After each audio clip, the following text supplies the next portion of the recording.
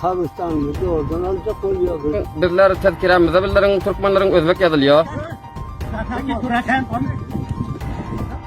Afganistan halkı için qiyinchiliklardan dolu mümkünçülükleri sirak bolan 1403 Hicri şemsi yıl tamamlandı. Afganistan Türkmenlerin cemiyetçilik, medeni ve siyasi yağdaylarına təsirli bolan vaqiyalara gözlep geçeriz. 1403 yılda Afganistan Türkmenlerin siyasi pudağı ulu qiyinchiliklara ve erbet karşıdaşlıklara duş geldiler.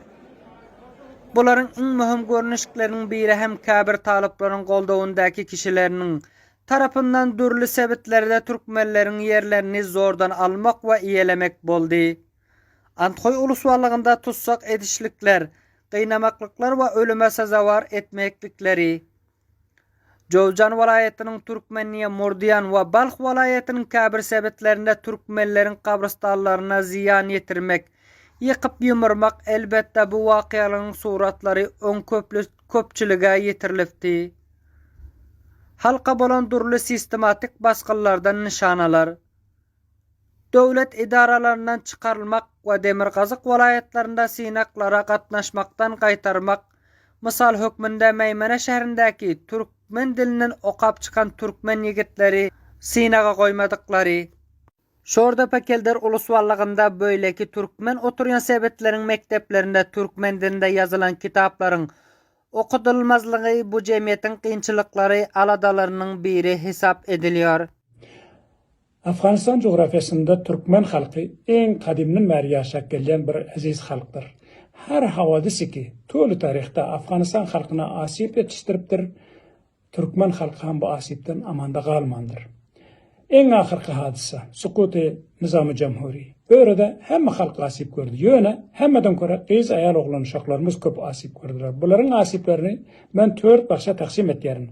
Bunları siyasetten mahrum etmek, bunları içtimai organlardan mahdudiyet getirmek, bunları tahsilden mahrum etmek ve bunların işlerini ellerinden almak. Bu lisede bizim kız ayal oğlan uşaklarımız hem bu asiplerden amanda kalmadılar.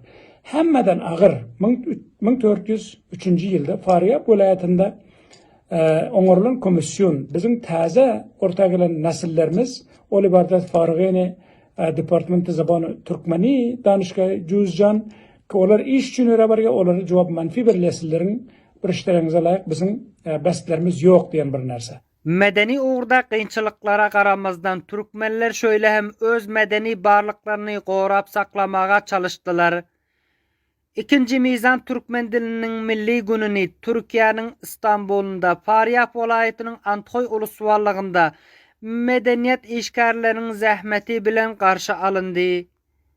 Şöyle hem Büyük Mahtumquli Piragi'nin 300 yıllığı Antkoy Mazar Şerif Türkiye'de böyleki sebeplerde Türkmenlerin medeniyet söyyarlarının tarafından karşı alındı. Yazıcıların eserleri çap olmak ikbali tapıldı. Bu vakiyaların ehlisi bu kavmin diline ve bay edebiyatına ikrar bolanlığını görkezyen vakiyadır.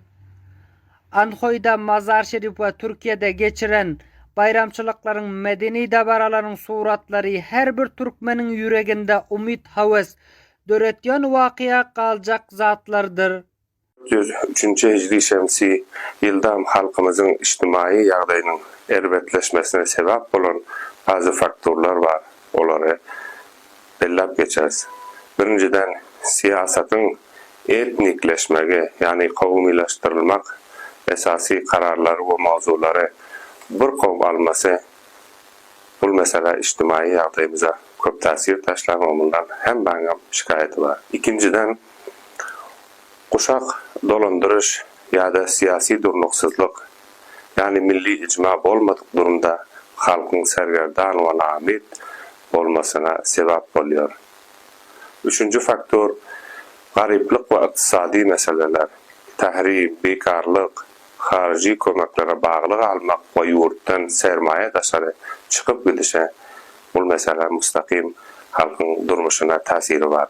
Dördüncü cemiyetçilik ve medeni çaklendirmeler, misal zenanlara baskı, hukuk askerçiligi, cemiyetin durlu katlaklarında umitsizlik ve depresyon ortaya gelmesine sebep olur. Qıynansağım cemiyetçilik ulgamında 1403 yıl halk üçün işsizlik devam eden ve iqtisadiyatın qovuşaq yılı boldy. Bosqunçylyk ýaýbanyň tolukyny köplenç ýaşlarymyzyň alayda hem okuly ýaşlarymyzyň bosqun bolmaklaryna sebäp boldy.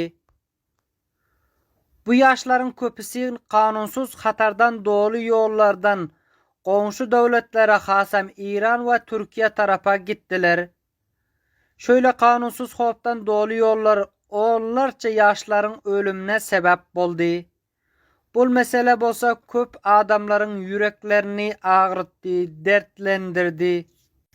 1403-nji ýyl ähli ajylyklary, süýjülükleri bilen Afganistan türkmenleriň kynçylyklaryny, göreşçiliklerini ýatlaýan ýyl boldy.